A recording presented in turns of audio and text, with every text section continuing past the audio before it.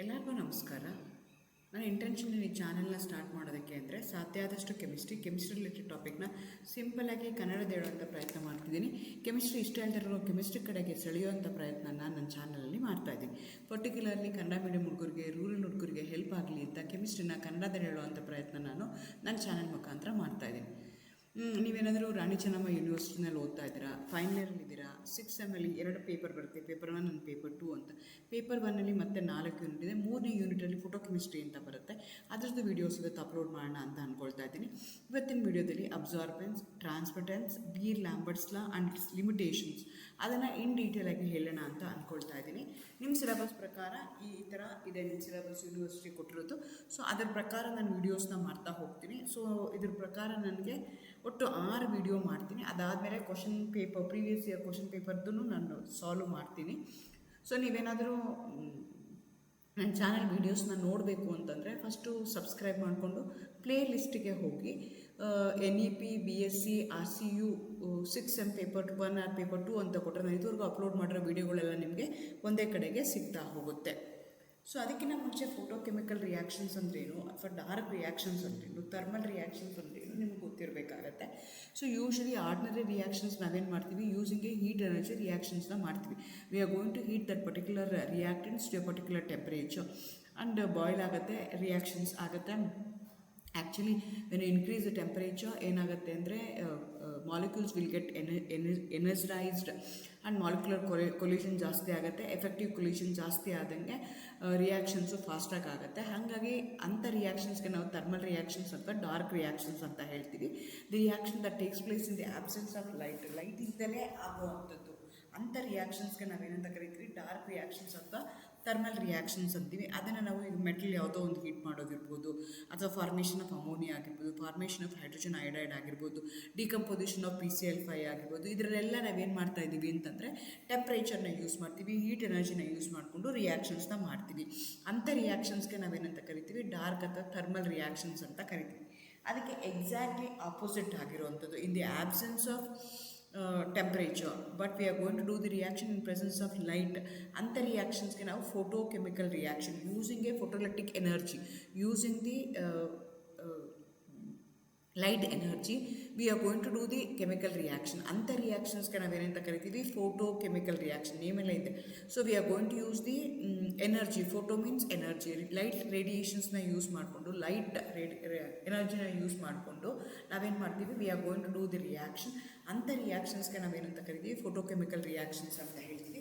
ನಿಮಗೆ ಗೊತ್ತಿದೆ, consider the light energy, ಅದು ಎಲೆಕ್ಟ್ರೋಮ್ಯಾಗ್ನೆಟಿಕ್ ರೇಡಿಯೇಷನಲ್ಲಿ it going to spread over a very long range ಇದೆ. ಅದರಲ್ಲಿ ನಮಗೆ ಇಂಪಾರ್ಟೆಂಟಾಗಿ visible ultraviolet region of the electromagnetic spectrum ಏನಿದೆಯಲ್ಲ, that play very important role when you consider the photochemical reactions. The reaction that takes place by the absorption of the visible or ultraviolet radiations are called as photochemical reaction. Only those radiations are having a photochemical importance. Again, when you consider the electromagnetic spectrum, ಅದರಲ್ಲಿ ಏನಾಗುತ್ತೆ, EMRನ ತೊಗೊಂಡ್ರೆ ಎಕ್ಸ್ರೇಸಿಂದ ಹಿಡಿದು microwaves ತನಕ ಹಿಡಿದು ಎಲ್ಲ IR ಎಲ್ಲ ಇರುತ್ತೆ. But ನನಗೆ with respect to photochemical reaction important ಯಾವುದು ಅಂದರೆ, ಯಾವ್ದು ನನಗೆ ಇಂಟ್ರೆಸ್ಟ್ ಇದೆ ಅಂತಂದರೆ, ಯಾವ್ದು ನನಗೆ ಇಂಪಾರ್ಟೆಂಟ್ ಅನಿಸುತ್ತೆ ಅಂದರೆ ವಿಸಿಬಲ್ ಮತ್ತು UV ಇರುತ್ತೆ, which going to range from 2000 to 800 nanometer. ಆ ರೇಂಜಲ್ಲಿ ಇರುವಂಥದ್ದಷ್ಟೇ ನನಗೆ ಇಂಪಾರ್ಟೆಂಟ್ ಆಗುತ್ತೆ ಅಂತ ಅನಿಸುತ್ತೆ.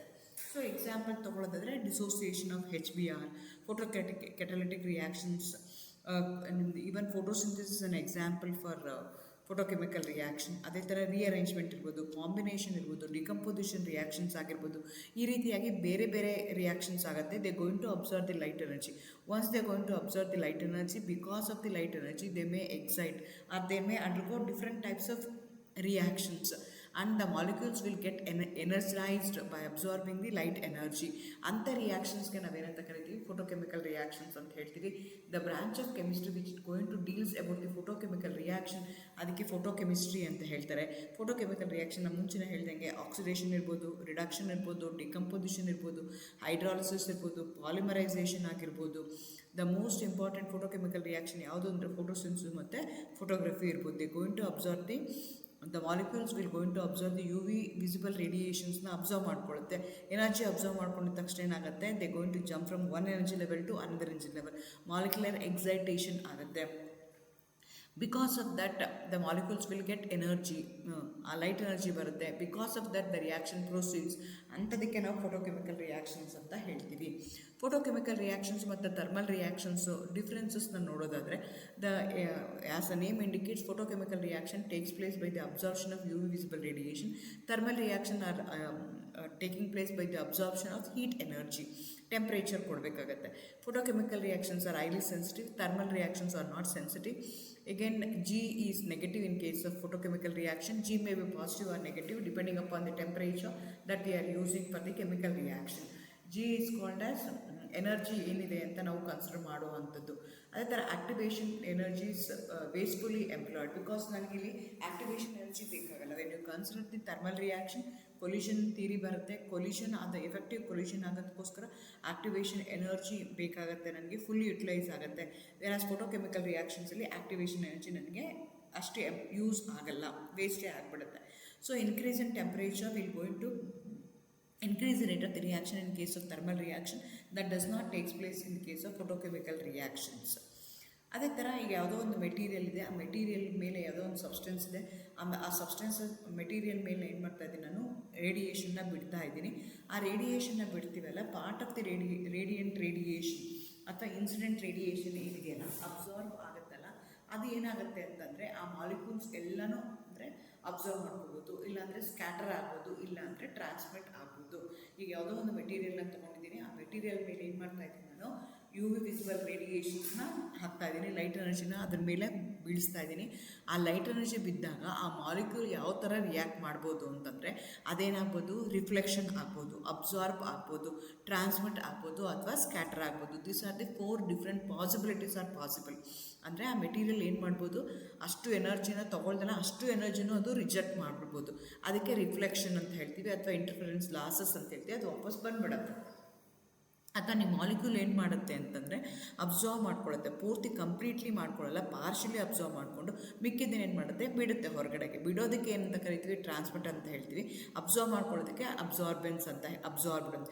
ಆದರೆ ಕೆಲವೊಂದು ಸಲ ಏನಾಗುತ್ತೆ ಅಂದರೆ, ಈ ಪಾರ್ಟಿಕಲ್ಸ್ ಎಲ್ಲ ಅಂದರೆ ಕೊಲೈಡ್ಸ್ ಇತ್ತು ಅಂದರೆ it they may scatter also. So ಇಷ್ಟೆಲ್ಲ ಪಾಸಿಬಿಲಿಟೀಸ್ ಇದೆ. ಯಾವುದೋ ಒಂದು ಮೆಟೀರಿಯಲ್ ಇದೆ, ಆ ಮೆಟೀರಿಯಲ್ ಮೇಲೆ ಲೈಟ್ ಬಿದ್ದಾಗ ಸ್ಕ್ಯಾಟರ್ ಆಗ್ಬೋದು, ಅಥವಾ ರಿಫ್ಲೆಕ್ಟ್ ಆಗ್ಬೋದು, ಇಲ್ಲಾಂದರೆ ಅಬ್ಸಾರ್ಬ್ ಆಗ್ಬೋದು, ಇಲ್ಲಾಂದರೆ ಟ್ರಾನ್ಸ್ಮಿಟ್ ಆಗ್ಬೋದು. ಯೂಶಲಿ ಏನಾಗುತ್ತೆ ಅಂದರೆ, ಈಗ ಫಾರ್ ಎಕ್ಸಾಂಪಲ್ ಅದು ಅಬ್ಸರ್ವ್ ಮಾಡ್ಕೊಳ್ತು ಅಂತಂದರೆ it going to absorb some amount of energy. Transmittance ಯಾವಾಗೂ ಇನ್ಸಿಡೆಂಟ್ ರೇಡಿಯೇಷನ್ಸ್ಗಿನ್ನೂ ಕಡಿಮೆ ಇರುತ್ತೆ, because that molecule has absorbed. ಈ ಥರ ಯಾವ್ದು ಬೇಕಾದ್ರೂ ಆಗಿರ್ಬೋದು, ಹೇಗೆ ಬೇಕಾದ್ರೂ ಆಗಿರ್ಬೋದು. ಹಾಗಾದರೆ ಅಬ್ಸಾರ್ಬೆನ್ಸ್ ಮತ್ತು ಟ್ರಾನ್ಸ್ಮಿಟೆನ್ಸ್ ಅಂದರೆ ಏನು ಅಂತ ಗೊತ್ತಿರಬೇಕಾಗುತ್ತೆ. ಅಬ್ಸಾರ್ಬೆನ್ಸ್ಗೆ ನಾವು ಆಪ್ಟಿಕಲ್ ಡೆನ್ಸಿಟಿ OD ಅಂತಲೂ ಕರಿತೀವಿ. It's a quantity of the light absorb by that particular material, that particular solution. ಯಾವುದೋ ಒಂದು ಸೆಲ್ಲಲ್ಲಿ ನಾವೇನು ಮಾಡ್ತೀವಿ, ಸ್ಯಾಂಪಲ್ ಸೆಲ್ಲಲ್ಲಿ ಏನು ಮಾಡ್ತೀವಿ, ಮೆಟೀರಿಯಲ್ ಇದೆ, ಆ ಮೆಟೀರಿಯಲ್ಗೆ ಲೈಟ್ನ ಬಿಡ್ತಾ ಇದ್ವಿ. ಆ ಲೈಟ್ ಏನು ಮಾಡುತ್ತೆ, ಆ ಮೆಟೀರಿಯಲ್ ಏನು ಮಾಡುತ್ತೆ, it going to absorb some amount of radiation. ಏನು ಅಬ್ಸರ್ವ್ ಮಾಡ್ಕೊಳ್ಳುತ್ತಲ್ಲ ಅದಕ್ಕೆ ಅಬ್ಸಾರ್ಬೆನ್ಸ್ ಅಂತ ಕರಿತೀವಿ, ಇಲ್ಲಾಂದರೆ ಆಪ್ಟಿಕಲ್ ಡೆನ್ಸಿಟಿ ಅಂತ ಕರಿತೀವಿ. ಅದೇ ಥರ ಟ್ರಾನ್ಸ್ಮಿಟೆನ್ಸ್ ಅಂತ ಹೇಳ್ತೀವಿ. ಆ ಟ್ರಾನ್ಸ್ಮಿಟೆನ್ಸ್ ಅಂದರೆ ಅಬ್ಸರ್ವ್ ಮಾಡ್ಕೊಂಡ್ಮೇಲೆ ಬಿಡುತ್ತಲ್ಲ. ಈಗ ಇನ್ಸಿಡೆಂಟ್ ರೇಡಿಯೇಷನ್ ಎಷ್ಟೋ ಇದೆ, ಆ ಇನ್ಸಿಡೆಂಟ್ ರೇಡಿಯೇಷನ್ನ ಮಾಲಿಕ್ಯೂಲ್ ಮೇಲೆ ಬಿಟ್ಟಾಗ ಮಾಲಿಕ್ಯೂಲ್ ಎಷ್ಟೋ ಅಬ್ಸರ್ವ್ ಮಾಡ್ಕೊಳ್ಳುತ್ತೆ, ಎಕ್ಸ್ಟ್ರಾ ಇದ್ದನ್ನು ಹೊರಗಡೆ ಕಳಿಸುತ್ತಲ್ಲ, ಅದಕ್ಕೆ ನಾವೇನಂತ ಕರಿತೀವಿ, ಟ್ರಾನ್ಸ್ಮಿಟೆನ್ಸ್ ಅಂತ ಕರಿತೀವಿ. Incident radiations will be always lesser than in case of ಟ್ರಾನ್ಸ್ಮಿಟೆನ್ಸ್ಗೆ ಯಾವಾಗೂ ಕಡಿಮೆ ಇರುತ್ತೆ, because your molecule, your substance, your reactant is absorb some amount of radiation. So when a monochromatic light of initial intensity I0 ಇದೆ ಅಂತ ಇಟ್ಕೊಳ್ಳೋಣ. ಅದನ್ನು ಏನು ಮಾಡ್ತಾ ಇದ್ದೀನಿ, passes through the solution in a transparent vessel. Some of the light is absorb, so that the intensity of the transmitted light I is less than I0. So ನನಗೆ incident ರೇಡಿಯೇಷನ್ದು intensity ಎಷ್ಟಿದೆ, I0 ಇದೆ. Transmitted ರೇಡಿಯೇಷನ್ದು intensity ಎಷ್ಟಿದೆ ಅಂದರೆ I ಇದೆ. I ಅದಕ್ಕಿಂತಲೂ ಕಡಿಮೆ ಆಗುತ್ತೆ, because your molecule has a capacity to absorb some amount of radiation. So ಈ ಬೇಸಿಸ್ ಮೇಲೆ ನಮಗೆ 2 ಲಾ ಬರುತ್ತೆ, ಅಂದರೆ ಲಾ ಬರುತ್ತೆ. ಲಾಂಬರ್ಟ್ಸ್ ಲಾ ಅಂತ ಹೇಳ್ತೀವಿ, ಬೀರ್ ಲಾ ಅಂತ ಹೇಳ್ತಾರೆ. ಎರಡೂ ಬೇರೆ ಬೇರೆ, ಅದನ್ನು ಕಂಬೈನ್ ಮಾಡಿಕೊಂಡು ನಾವು ಬೀರ್ ಲಾಂಬರ್ಟ್ಸ್ ಲಾ ಅಂತ ಹೇಳ್ತೀವಿ, which is the basic basic principle that we are going to use in colorimetric ಅಥವಾ ಇನ್ಸ್ಟ್ರುಮೆಂಟೇಷನಲ್ಲಿ ನಾವು ಸುಮಾರು ಸಲ ಇದನ್ನು ನಾವು ಯೂಸ್ ಮಾಡ್ತಾ ಹೋಗ್ತೀವಿ. When a ray of a monochromatic light passes through the absorbing medium, its intensity decreases exponentially as the path length of the absorbing medium increases. So ಈಗ ಏನು ಮಾಡ್ತಾ ಇದ್ದೀವಿ, ಇನ್ಸಿಡೆಂಟ್ ರೇಡಿಯೇಷನ್ ಇದೆ, ಟ್ರಾನ್ಸ್ಮಿಟೆಡ್ ರೇಡಿಯೇಷನ್ಸ್ ಇದೆ. Incident radiation transmitted ರೇಡಿಯೇಷನ್ಸ್ಗಿಂತ ಯಾವಾಗೂ ಕಡಿಮೆ ಇರುತ್ತೆ ಅಂತ ಹೇಳಿದ್ವಿ. ಸೊ ನಾವೇನು ಮಾಡ್ತಾ ಇದ್ದೀವಿ ಈಗ, ಅಕಾರ್ಡಿಂಗ್ ಟು ಲಾಂಬರ್ಟ್ಸ್ ಲಾ ಏನು ಮಾಡ್ತಾ ಇದ್ದೀವಿ, ನಮ್ದು ಏನು ಸ್ಯಾಂಪಲ್ ಸೆಲ್ ತೊಗೊಂಡಿದ್ದೀವಲ್ಲ, path of the length of that sample cell of the absorbing medium ಏನಾಗ್ತಾ ಇದೆ ಅಂತಂದರೆ ಇನ್ಕ್ರೀಸ್ ಆಗ್ತಾ ಇದೆ ಅಂತ ಇಟ್ಕೊಂಡು, ಅದನ್ನು ಜಾಸ್ತಿ ಮಾಡ್ದಂಗೆ ಏನಾಗುತ್ತೆ, ಇಂಟೆನ್ಸಿಟಿ ಡಿಕ್ರೀಸ್ ಆಗ್ತಾ ಹೋಗುತ್ತೆ ಅಂತ ಹೇಳ್ತಾರೆ. ಅದಕ್ಕೆ ನಾವೇನಂತ ಕರಿತೀವಿ, Lambert law. When A ray of monochromatic light passes through the absorbing medium, that is your sample, its intensity decreases. ನಮಗೆ ಗೊತ್ತಿದೆ ಡಿಕ್ರೀಸ್ ಆಗುತ್ತೆ. ಎಷ್ಟು ಡಿಕ್ರೀಸ್ ಆಗುತ್ತೆ, decreases exponentially as the path length of the absorbing medium increases ಅಂತ ಹೇಳ್ತೀವಿ. ಅದೇ ಥರ Beer's law ಅಂತ ತೊಗೊಳ್ತೀವಿ. When monochromatic light passes through an absorbing medium, its intensity decreases exponentially as the concentration of the absorbing medium increases. ಅದನ್ನು ನೀವಲ್ಲಿ consider ಮಾಡ್ಕೋಬೇಕಾಗತ್ತೆ. So ಎರಡು ಪ್ಯಾರಾಮೀಟರ್ಗಳನ್ನ ನಾವಲ್ಲಿ ಕನ್ಸಿಡರ್ ಮಾಡಬೇಕಾಗತ್ತೆ. ಒಂದು length of that particular sample, absorbing ಸ್ಯಾಂಪಲ್ದು ಪಾತ್ ಲೆಂತ್ ಏನಿದೆ ಅದನ್ನು ನೋಡಬೇಕಾಗತ್ತೆ. ಅಬ್ಸಾರ್ಬಿಂಗ್ ಇದ್ರದ್ದು ನನಗೆ ಅಬ್ಸಾರ್ಬಿಂಗ್ ಸ್ಯಾಂಪಲ್ದು ಕಾನ್ಸಂಟ್ರೇಷನ್ ಏನಿದೆ ಅಂತ ಇದಾಗುತ್ತೆ.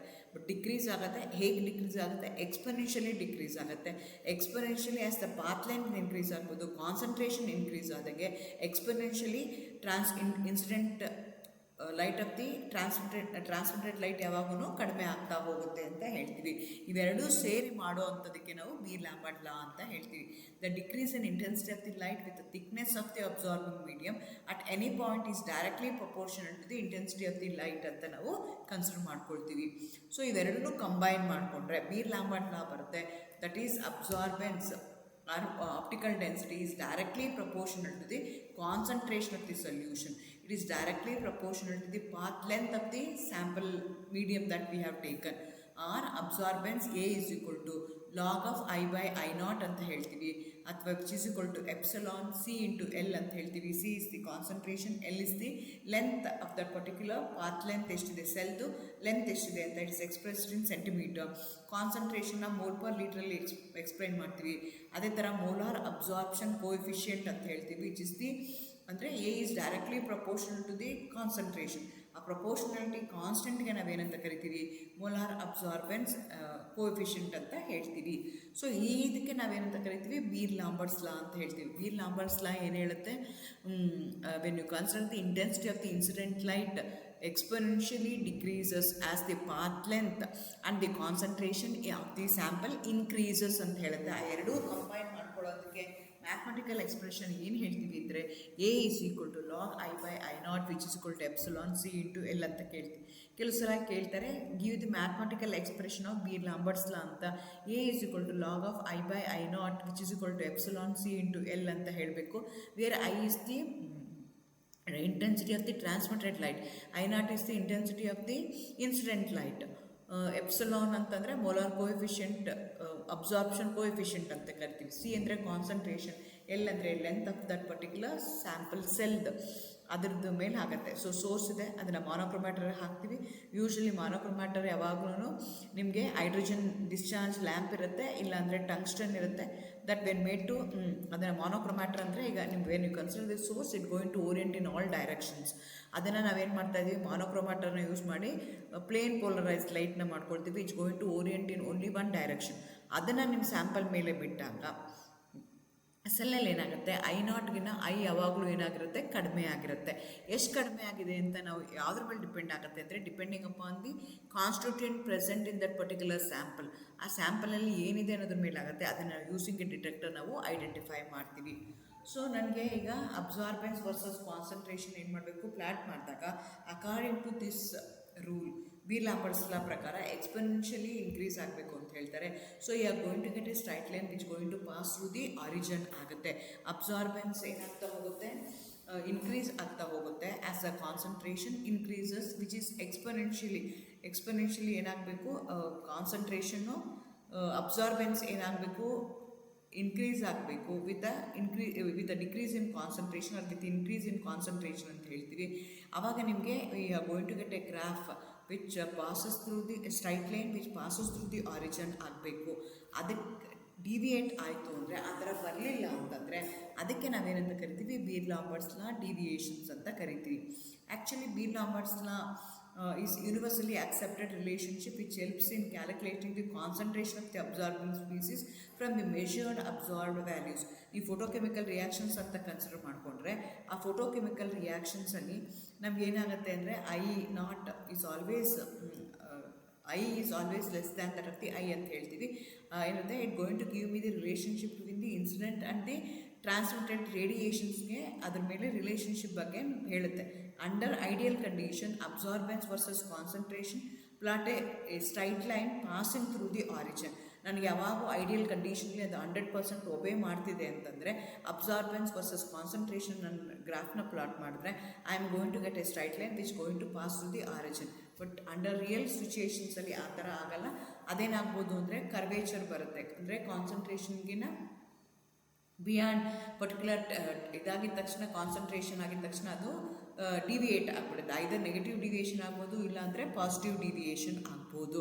ಸೊ ಇದಕ್ಕೆ ನಾವೇನಂತ ಕರಿತೀವಿ, ಬೀರ್ ಲಾಂಬರ್ಟ್ಸ್ ಲಾ ಅಂತ ಹೇಳ್ತೀವಿ ನೋಡಿ. ಐಡಿಯಲಿ ಅಂತಂದರೆ ಏನಾಗುತ್ತೆ, ಸ್ಟ್ರೈಟ್ ಲೈನ್ ಬರಬೇಕು. ಅದೇ ಅದು ಪಾಸಿಟಿವ್ ಡಿವಿಯೇಷನ್ ಆಗ್ಬೋದು ಅಥವಾ ಅದು ನೆಗೆಟಿವ್ ಡಿವಿಯೇಷನ್ ಆಗ್ಬೋದು. ಆ ಡಿವಿಯೇಷನ್ ಯಾವುದ್ರ ಮೇಲೆ ಡಿಪೆಂಡ್ ಆಗುತ್ತೆ ಅಂದರೆ, ನಾನು ಮುಂಚೆನೇ ಹೇಳ್ದಂಗೆ ನಿಮ್ಮದು ಅಬ್ಸಾರ್ಬೆನ್ಸ್ ಯಾವುದ್ರ ಮೇಲೆ ಡಿಪೆಂಡ್ ಆಗಿರುತ್ತೆ ಅಂದರೆ, ಸ್ಯಾಂಪಲ್ ಯಾವುದಿದೆ. ಇನ್ಸಿಡೆಂಟ್ ರೇಡಿಯೇಷನ್ಗಿನ್ನೂ ಟ್ರಾನ್ಸ್ಮಿಟರ್ ರೇಡಿಯೇಷನ್ ಕಡಿಮೆ ಇರುತ್ತೆ. ಯಾಕೆಂದರೆ ನಿಮ್ಮ ಮಾಲಿಕ್ಯೂಲ್ ಏನು ಮಾಡುತ್ತೆ, ಅಬ್ಸಾರ್ವ್ ಮಾಡಿರುತ್ತೆ. That depends upon the concentration, that depends upon the path length of that particular cell. So deviation high concentration ಏನಾದರೂ ಇತ್ತು ಅಂತ ಇಟ್ಕೊಳ್ಳೋಣ, speed of the light is reduced, more reduced ಅಂತ ಹೇಳ್ತೀವಿ. ಆವಾಗ ಲೋಯರ್ ಕಾನ್ಸಂಟ್ರೇಷನ್ ಇತ್ತು ಅಂದರೆ speed of the light is less reduced ಅಂತ ಹೇಳ್ತೀವಿ. ಸೊ ದ ಕಾನ್ಸಂಟ್ರೇಷನ್ ಮೇಲೆ ಡಿಪೆಂಡ್ ಆಗುತ್ತೆ. Higher the concentration more reduced, lower the concentration less reduced ಅಂತ ಹೇಳ್ತೀವಿ. ಅಥವಾ it may because of the refractive index ಇರ್ಬೋದು.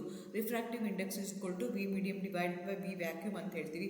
Change in the refractive index at high analyte concentration, because of that also there will be deviation from the Beer Lambert's law. Straight line ಬರೋದ್ಬಿಟ್ಟು deviation ಆಗುತ್ತೆ. Deviation ಆಗೋಕ್ಕೆ ಕಾರಣಗಳೇನಿರ್ಬೋದು, ಒಂದು high concentration ಇರ್ಬೋದು, ಎರಡನೇದು refractive index ಇರ್ಬೋದು. Association, dissociation, pH change in the absorptivity ಆಗುತ್ತೆ. So that depends also on the wave length ಯಾವ್ದು ತೊಗೊಳ್ತೀವಿ ಅಂತ. ಸೊ ಮಾನೋಕ್ರೋಮೆಟಿಕ್ ರೇಡಿಯೇಷನ್ ತೊಗೊಂಡ್ರೆ 516 ಬಂತು. ಗ್ರಾಫ್ ಯಾವ ಥರ ಬಂದಿದೆ ನೋಡ್ಕೊಳ್ಳಿ. ಟೆಂಪ್ರೇಚರ್, ಅಬ್ಸಾರ್ಬೆನ್ಸ್ ವರ್ಸಸ್ ವೇವ್ ಲೆಂತ್ನ ಪ್ಲಾಟ್ ಮಾಡಿದಾಗ ಪಾಲಿಕ್ರೊಮ್ಯಾಟಿಕ್ ರೇಡಿಯೇಷನ್ ಇತ್ತು ಅಂದರೆ ಲ್ಯಾಂಬ್ಡಾ ಮ್ಯಾಕ್ಸ್ ಎಷ್ಟಿರುತ್ತೆ, 560ಗೆ ಬರ್ತಾ ಇದೆ. ಬಟ್ ನಿಮಗೆ ರೇಂಜ್ ಏನಾಗ್ತಿದೆ ಅಂತಂದರೆ ಬ್ರಾಡ್ ಆಗಿರುವಂಥದ್ದು ಇದು ಬರ್ತಾ ಹೋಗ್ತಾ ಇದೆ. ಸೊ ನಿಮ್ಮ ಮಾಲಿಕ್ಯೂಲಲ್ಲಿರುವಂಥದ್ದು ಅಸೋಸಿಯೇಷನ್ ಆಗ್ತಿದೆಯಾ, ಡಿಸೋಸಿಯೇಷನ್ ಆಗ್ತಿದೆಯಾ, pH ಏನಿದೆ ಆ ಬೇಸಿಸ್ ಮೇಲೂ ಅಬ್ಸಾರ್ಬಿಟಿ ಏನಾಗ್ತಾ ಹೋಗುತ್ತೆ, ಚೇಂಜ್ ಆಗ್ತಾ ಹೋಗುತ್ತೆ.